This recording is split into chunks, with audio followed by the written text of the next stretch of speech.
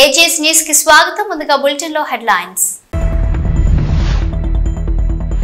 కార్తీక పౌర్ణమి సందర్భంగా కృష్ణానది తీరాల పవిత్ర స్నానాలను ఆచరించిన భక్తులు.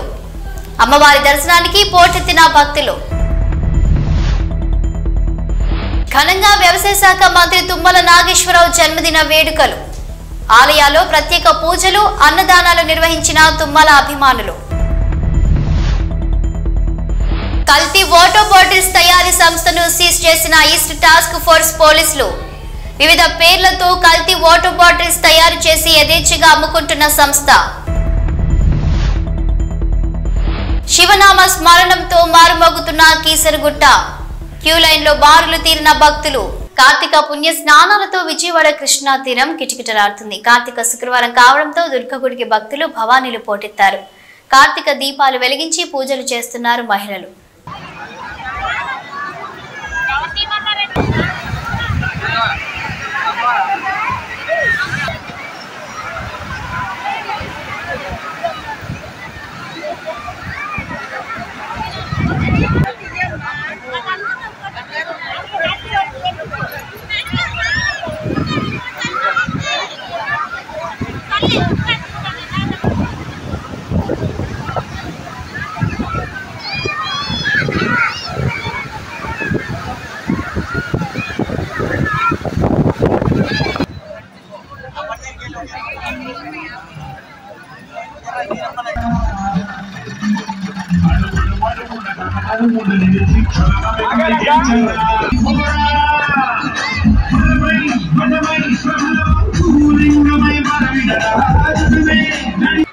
భద్రాద్రి కొత్తగూడెం జిల్లా రాష్ట్ర వ్యవసాయ శాఖ మంత్రి తుమ్మల నాగేశ్వరరావు జన్మదిన వేడుకలు అశ్వారావుపేట నియోజకవర్గ వ్యాప్తంగా జరిగాయి. ఆలయాల్లో ప్రత్యేక పూజలు, అన్నదానాలు నిర్వహిస్తున్నారు తుమ్మల అభిమానులు.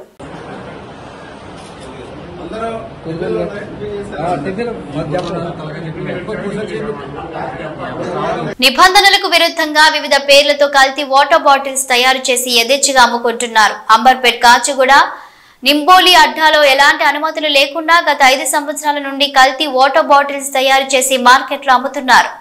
లెక్క ప్రకారం టోటల్ డిసాల్వ్డ్ సాలిడ్స్ TDS 75 మించి ఉండాలి. కానీ ఈ వాటర్ ప్లాంట్ లో కేవలం 14 మాత్రమే ఉంది. ఈ నీళ్లు జనాలకి ఎంతో ప్రమాదకరమని అధికారులు తెలిపారు. దీనిపై ఈస్ట్ టాస్క్ ఫోర్స్ పోలీసులు ఎస్ఐ కరుణాకర్ రెడ్డి టీం మరియు అమర్పేట్ ఫుడ్ సేఫ్టీ ఆఫీసర్ స్వాతితో కలిసి దాడులు నిర్వహించి కల్తీ వాటర్ బాటిల్స్ తో సహా కల్తీ నీళ్లు తయారు చేస్తున్న 50 లక్షల విలువ చేసే ప్లాంట్ ను కూడా సీజ్ చేశారు. East zone task force police inspector Nagarjuna మరియు అడిషనల్ డీసీపీ శ్రీనివాస్ ఆధ్వర్యంలో ఈ రైడ్స్ జరిగాయి. मीडिया वाले 20 ये जो नाम से आपको पता नहीं कौन सा कितना नाम होना चाहिए, क्या TDS होना पता है नाम कितना TDS होना चाहिए तो पता है ना? जी हाँ हाँ मालूम है। तो कितना मेंटेन कर रहे हैं आप डालो और डालो पूरा आपने ये मेरे को सेंड करना है। ओके मैम 733 देख हेडिंग बता 18 78 रहना भाई 18 मतलब 18 है साहब, आप बोले 78 होना चाहिए। वही थी 7279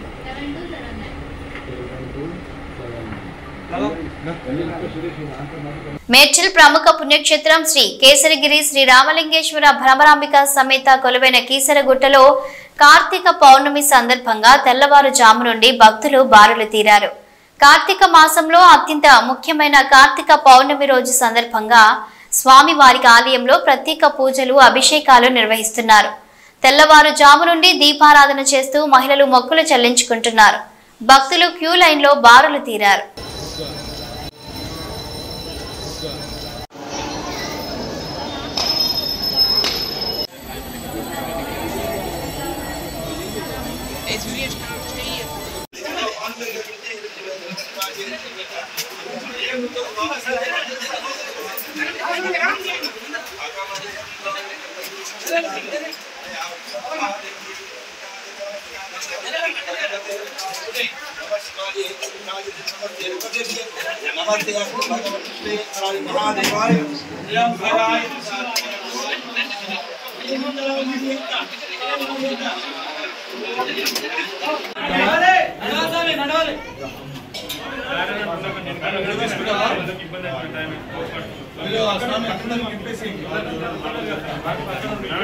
యాదాద్రి భువనగిరి జిల్లా పంతంగి టోల్ ప్లాజా వద్ద లేడీ అఘోరి ప్రత్యక్షమైంది. చెరువు గట్టులో పూజలు నిర్వహించేందుకు వెళ్తున్న అఘోరి జనం కంటపడ్డారు. టోల్ ప్లాజా వద్ద అఘోరిని చూసిన ప్రజలు ఆమె వద్ద ఆశీర్వాదం తీసుకున్నారు.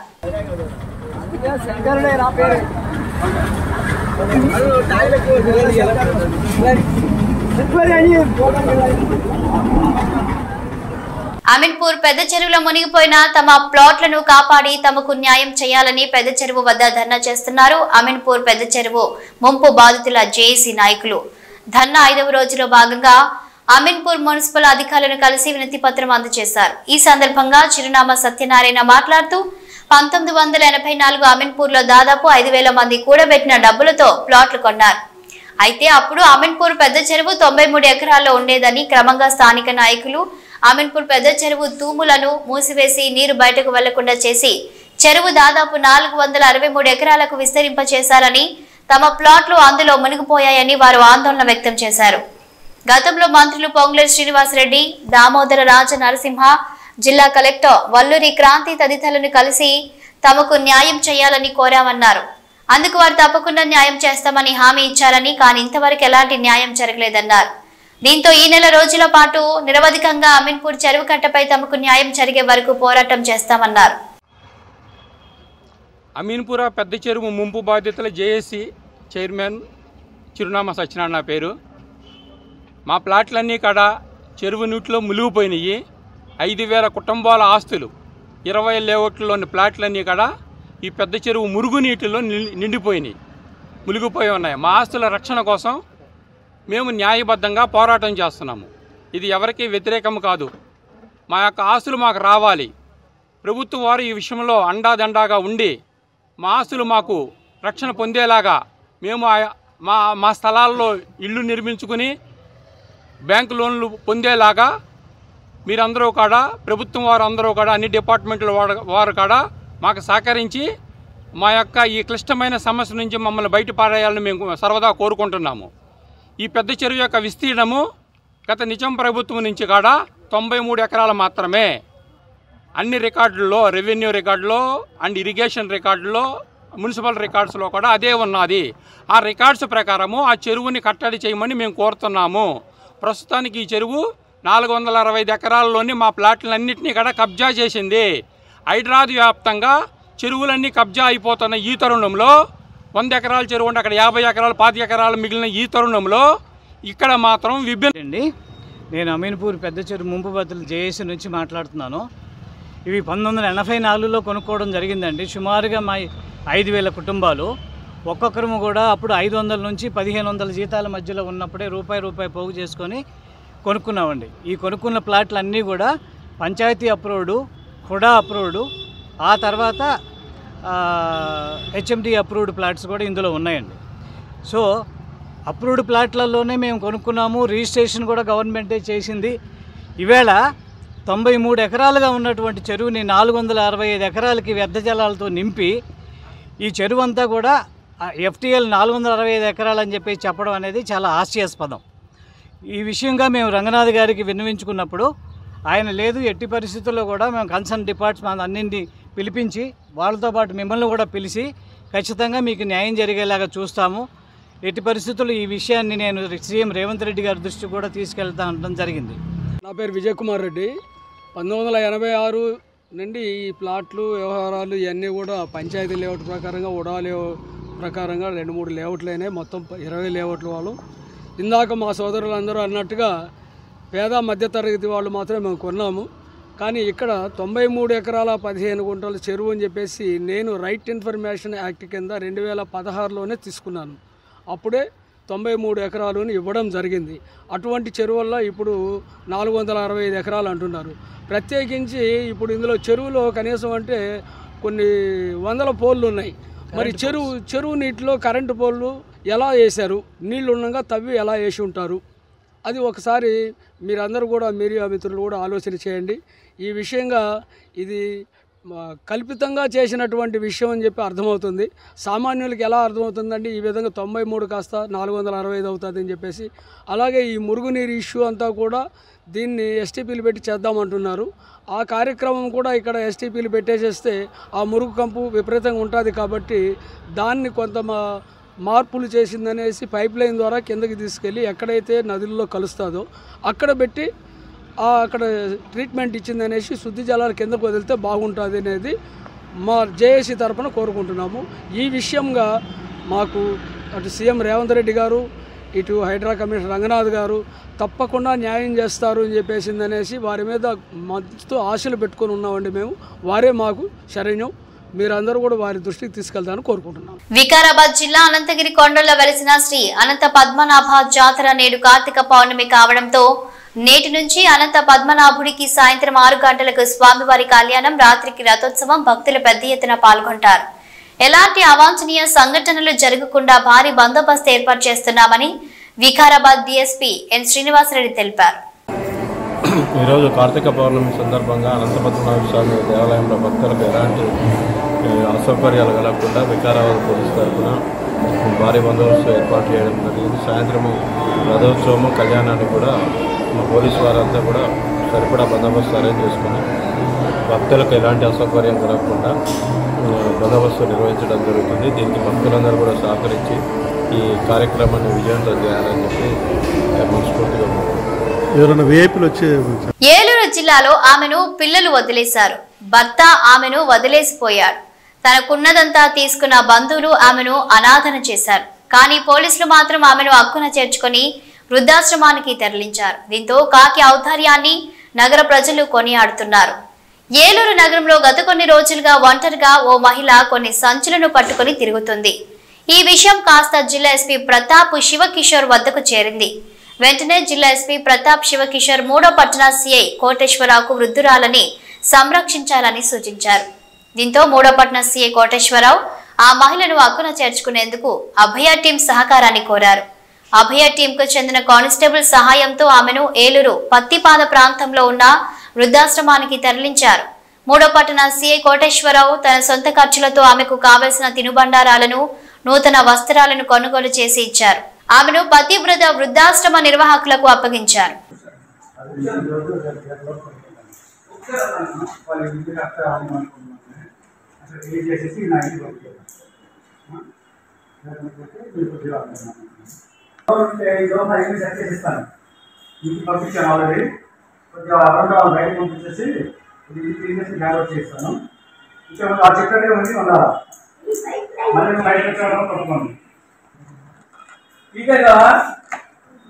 అమ్మా తాగుతావా, టీ తావా?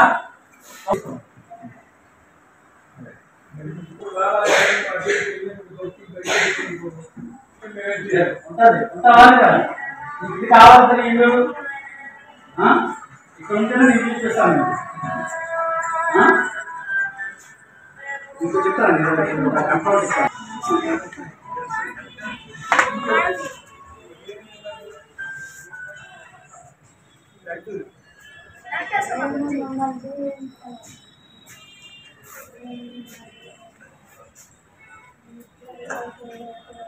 సంగారెడ్డిలో పవిత్రమైన కార్తీక పౌర్ణమి పర్వదినోత్సవాన్ని పురస్కరించుకుని అటవీ, పర్యావరణ, దేవాదాయ ధర్మదాయ శాఖ మంత్రి కొండా సురేఖ శుక్రవారం ఉదయం బ్రాహ్మీ ముహూర్తంలో ప్రత్యేక పూజా కార్యక్రమాల్లో పాల్గొన్నారు. సంగారెడ్డి జిల్లా సదాశివపేట మండలం నందికంది గ్రామంలోని రామలింగేశ్వర స్వామి దేవాలయంలో మహాశివుని సేవలో పాల్గొన్నారు. దేవాలయానికి చేరుకున్న మంత్రికి అర్చకులు పూర్ణకుంభంతో స్వాగతం పలికారు. కార్తీక పౌర్ణమిని పురస్కరించుకుని మంత్రి సురేఖ అర్చకుల వేద మంత్రాల నడుమ రామలింగేశ్వర స్వామికి పంచామృత అభిషేకం, భస్మాభిషేకం నిర్వహించారు. మహాశివునికి స్వహస్త్రాలతో హారతినిచ్చారు. దేవాలయ ప్రాంగణంలో కార్తీక దీపాలు వెలిగించారు. అనంతరం ఆలయ నిర్వాహకులు మంత్రి సురేఖని శాలువాతో సత్కరించారు. రామలింగేశ్వర స్వామి దేవస్థాన ఆలయ విశిష్టతను నిర్వాహకులు మంత్రి సురేఖకి వివరించారు. దేవాలయ అభివృద్ధికి దేవాదాయ శాఖ తరపున తనవంతు సహకారం అందిస్తామని మంత్రి సురేఖ నిర్వాహకులకు హామీ ఇచ్చారు.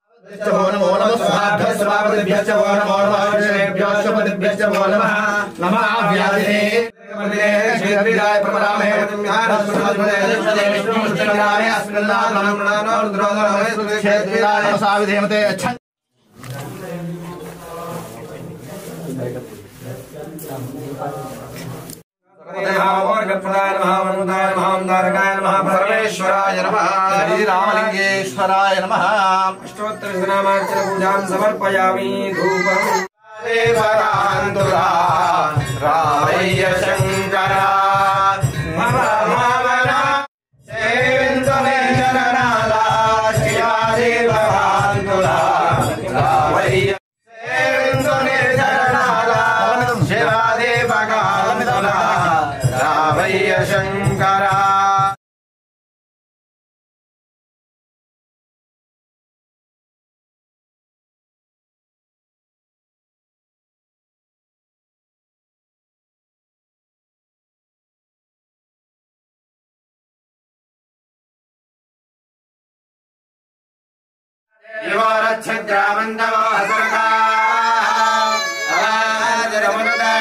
ब्राह्मणो वै सर्वा देवता सर्वाभिरेवैन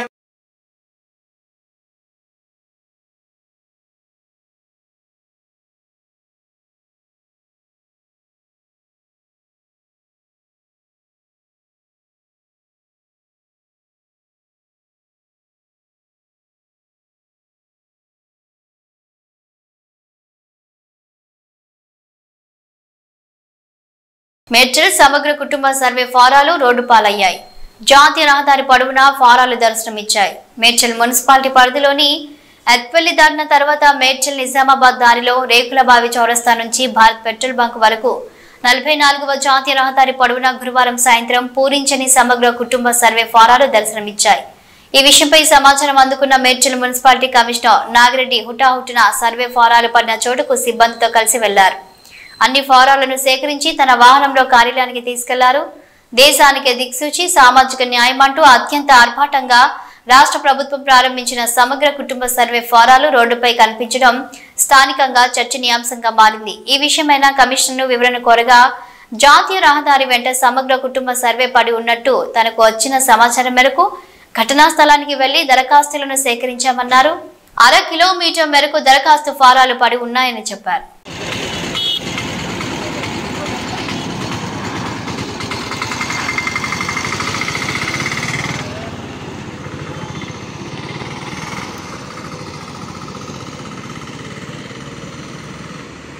సికింద్రాబాద్ రవాణా మరియు బీసీ సంక్షేమ శాఖ హైదరాబాద్ ఇన్ఛార్జ్ మంత్రి పొన్నం ప్రభాకర్ శుక్రవారం నాడు సికింద్రాబాద్ కంటోన్మెంట్ సిక్ విలేజ్ లో కంటోన్మెంట్ ఎమ్మెల్యే శ్రీ గణేష్ తో కలిసి దోబీ ఘాట్ గ్రౌండ్ ను పరిశీలించారు. గ్రౌండ్ ను స్పోర్ట్స్ కాంప్లెక్స్ చేయడానికి స్థల పరిశీలన చేశారు.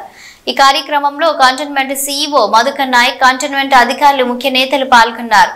మంత్రి మాట్లాడుతూ చాలా కాలంగా ఈ ప్రాంత ప్రజల ఆకాంక్షలకు అనుగుణంగా ఈ ప్రాంతం అభివృద్ధి జరగాలని డిఫెన్స్ అండ్ రాష్ట్ర ప్రభుత్వం కోఆర్డినేట్ చేసుకుని ఎలివేటర్ కారిడార్ పై వేగవంతంగా అడుగులు ముందుకు వేసిందని అన్నారు. ఈ గ్రౌండ్ లో ఫుట్బాల్ ఆటగాళ్లు ఎంతో మంది వచ్చారు. ఈ గ్రౌండ్ ను స్పోర్ట్స్ అథారిటీ రాష్ట్ర ప్రభుత్వం తరపున అభివృద్ధి చేస్తామని అన్నారు. ప్రభుత్వం యంగ్ ఇండియా స్పోర్ట్స్ యూనివర్సిటీ పెడుతుంది. సికింద్రాబాద్ లో ఈ గ్రౌండ్ క్రీడాకారులకు ఉపయోగపడే విధంగా మరింత అభివృద్ధి చేస్తాం. కంటోన్మెంట్ తెలంగాణ ఏర్పడిన తర్వాత మేము కూడా తెలంగాణలోనే ఉన్నామనే విధంగా మా అభివృద్ధి ఉంటుందని అన్నారు మంత్రి పొన్నం ప్రభాకర్. గణేష్ గారు, అదేవిధంగా సిఓ గారు, నాయక్ గారు, మిగతా కంటోన్మెంట్ పెద్దలు అందరూ కూడా నమస్కారం. ఈరోజు చాలా కాలంగా ఈ ప్రాంత ప్రజల ఆకాంక్షకు అనుగుణంగా ఈ ప్రాంతంలో కొంత డెవలప్మెంట్కు జరగాలి. ఇది కంటోన్మెంట్ ఏరియా. కంటోన్మెంట్కు సంబంధించి కొంత కరస్పాండెన్స్ జరిపితే అటు డిఫెన్స్ ప్లస్ స్టేట్ గవర్నమెంట్ రెండు కూడా కోఆర్డినేషన్ కాగలుగుతాయి. అటువంటి పరిస్థితుల్లో ఇక్కడ పార్లమెంట్ సభ్యుడిగా ఉన్నటువంటి ఈనాటి ముఖ్యమంత్రి గారికి ఈ ఏరియా పట్ల అవగాహన ఉంది. అదేవిధంగా అవగాహనను కార్యరూపం దాల్చడానికి ఒక మధ్యవర్తి ప్రజల పక్షాన అవసరం ఉంటే ఆ మధ్యవర్తిగా గణేష్ గారు శాసనసభ్యుడిగా ఎన్నికైనప్పటి నుంచి జిల్లా ఇన్ఛార్జ్ మంత్రిగా నన్ను, గౌరవ ముఖ్యమంత్రి గారిని, సిఓ గారిని, రాష్ట్రంలో ఉన్న అందరు మంత్రుల్ని ఈ ప్రాంతానికి సంబంధించి అన్ని రకాల అభివృద్ధికి అనేక సందర్భాల్లో తన యొక్క పాత్రను పోషిస్తాను. ఈ సందర్భంగా గణేష్ గారికి నా హృదయపూర్వకంగా అభినందనలు. ఇవాళ ఒక పాజిటివ్ చొరవతోటి వాస్తవంగా కరీంనగర్ ప్రాంత, కరీంనగర్, ఆదిలాబాద్, సిద్దిపేట ఈ ప్రాంత ప్రజలందరికీ కూడా ఊరు నుంచి బయలుదేరితే అల్వాల్ చేరే వరకు ప్రయాణానికి సంబంధించిన సమయం ఎంత పడుతుండేనో ఆ నుంచి మన సిటీలో పడడానికి అంత సమయం పడుతుండే. సో ఇలా స్టేట్ హైవే నెంబర్ 1 కావచ్చు, NH-44 మీద ఎలివేటెడ్ కారిడార్స్ కొరకు మనం గతంలోనే శంకుస్థాపన చేసుకున్నాం. దాని మీద కూడా కొంత మొన్న క్యాబినెట్లో చర్చ జరిగిన దాని ప్రకారంగా